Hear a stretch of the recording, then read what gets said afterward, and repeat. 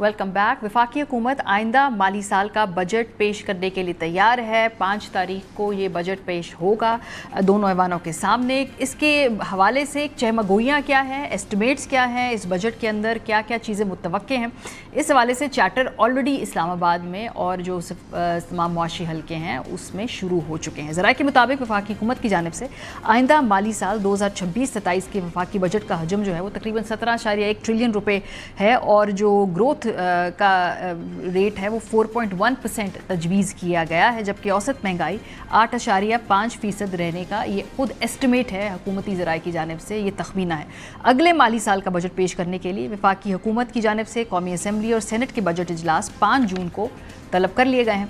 Petroleum levy का हदफ जो है वो 1727 अरब तजवीज़ है और आइंदा माली साल का टैक्स रेवेन्यू का हदफ जो है वो 15,267 अरब रुपए है। वफाकी PSDP का हजम जबकि 1.1 ट्रिलियन रुपए तक मुतवक्के है। कर्ज़ों पर सूद के लिए हम देख रहे हैं 7,824 अरब रखने, दिफाई शोबे के लिए 2,665 अरब रखने की तजवीज़ है। नॉन टैक्स रेवेन्यू का हदफ 2,768 अरब रुपए मुतवक्के है और ज़राए का कहना है कि आइंदा माली साल के वफाकी बजट में सरकारी मुलाजमीन की तनख्वाहों और पेंशन में भी इजाफे का इम्कान हो सकता है, क्योंकि हम देख रहे हैं कि बजट से पहले हुकूमत और सरकारी मुलाजमीन के दरमियान इस वक्त की गुफ्तगू हो रही है, इस वक्त आपस में बैक एंड फोर्थ डायलॉग हो रहा है। हुकूमत ने मुलाजमीन और पेंशनर्स को महंगाई के तनासब से रिलीफ देने का सिग्नल दिया है। लेट्स सी कि वो उस बजट में होगा या नहीं। ताहम सरकारी मुलाजमीन जो है वो चाहते हैं कि तनख्वाहों में और पेंशन में मजीद इजाफा हो, जिसमें हम देख रहे हैं कि सरकारी मुलाजमीन की तंजीम की जानिब से भी बजट से एक रोज़ पहले वजारत ख़जाना और बजट वाले दिन पार्लियामेंट के सामने धरना देने का भी इंदिया दिया गया है।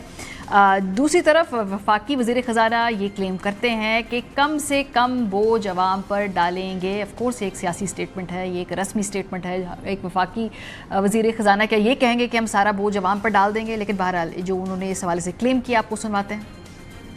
हमारी पहली तो पूरी ये कोशिश है कि कम से कम बोझ डाला जा सके और हमने एक साइड पे अपने खर्चे उनको भी कम किया है, हमने अपनी डेट सर्विसिंग है उसको भी कम किया है, लेकिन कुछ खर्चे ऐसे हैं जिनको हमने हर सूरत पूरा करना है और मैं उसमें बड़ा क्लियर होना चाहता हूँ। हमारे 2 बॉर्डर जो है इस वक्त आर अफेक्टेड, अंदरूनी खलफशार है 2 सूबों में। इसके जो अखराजात हैं, जो नेशनल सिक्योरिटी के जो मामलात हैं, उनको हमने हर सूरत उसको पूरा करना है।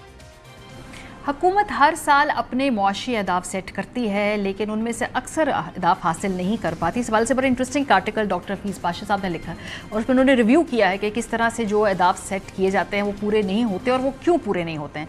माहिर मईशत डॉक्टर हफीज़ पाशा के बिजनेस रिकॉर्डर में आर्टिकल के मुताबिक करंट अकाउंट खसारा माली साल 2025-26 के तखमीनों के मुताबिक $2 अरब से बढ़कर माली साल 2026-27 में $4 अरब तक बढ़ने का इम्कान है, जबकि दूसरी तरफ फाइनेंशियल अकाउंट में $5.8 अरब का खतीर सरप्लस मुतवक्के है, जिसकी बुनियादी वजह बराह रास्त गैर मुल्की सरमायाकारी, पोर्टफोलियो इन्वेस्टमेंट और गैर मुल्की कर्जों की आमद में बड़ा इजाफा है।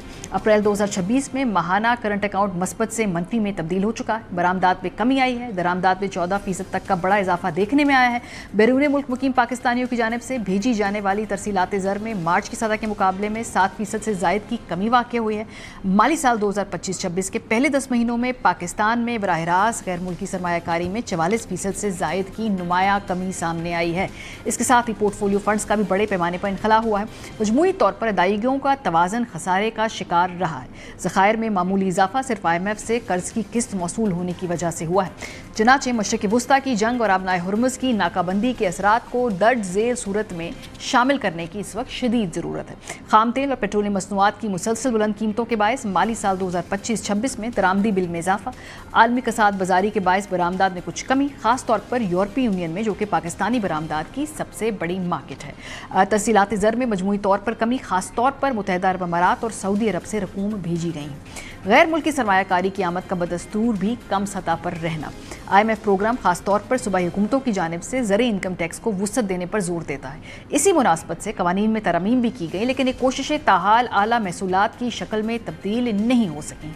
बड़े ज़री जागीरदार और इशराफिया की जानिब से रियासती निज़ाम पर तसल्लुत का सिलसिला भी जारी है। बुनियादी सवाल ये है, क्या सूबाई हुकूमतें माली साल 2026-27 में इस शोबे से महसूलात हासिल करने के लिए संजीदा कोशिशें करेंगी?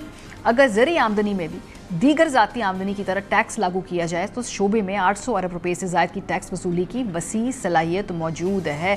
वफाकी वज़ीर ख़जाना कहते हैं कि इस मरतबा टैक्स नेट बढ़ाने पर जो उनकी तवज्जो मरकूज़ तो है, लेकिन कोई नया टैक्स नहीं लगने जा रहा, जबकि जो दीगर बाहिर मईशत है वो इस बात से एग्री नहीं करते। खुर्रम हुसैन साहब ने लिखा है आज डॉन में अपने आर्टिकल में, उनके मुताबिक हुकूमत की मौशी पॉलिसी पर नज़र डालें तो लगता है कि टैक्स नेट को वसी करने की पॉलिसी को पसे पुश डाल दिया गया है। अब हुकूमत ज़्यादातर टैक्स डीपनिंग यानी पहले से टैक्स देने वालों से मजीद टैक्स वसूल करने पर तवज्जो दे रही है। अगर इसका मकसद टैक्स निज़ाम को बेहतर बनाना है तो ये अच्छी बात है, लेकिन ये नए शोबों को टैक्स नेट में शामिल करने का मुतबादिल नहीं बन सकती है। आने वाला बजट इस गलती को दुरुस्त करने का एक मौका है, और अगर हुकूमत जायदाद और रिटेल जैसे शोबों को टैक्स निज़ाम में लाने के बजाय मौजूदा टैक्स दहंदगान पर ही मजीद बोझ डालती रही तो मईशत के मसाइल बरकरार रहेंगे। सिर्फ ज़्यादा आमदनी हासिल करने के लिए बार बार उन्हीं लोगों से टैक्स लेना दुरुस्त पॉलिसी नहीं, इससे निज़ाम कमज़ोर हो सकता है और मुस्तकबिल में बड़े मसाइल पैदा हो सकते हैं।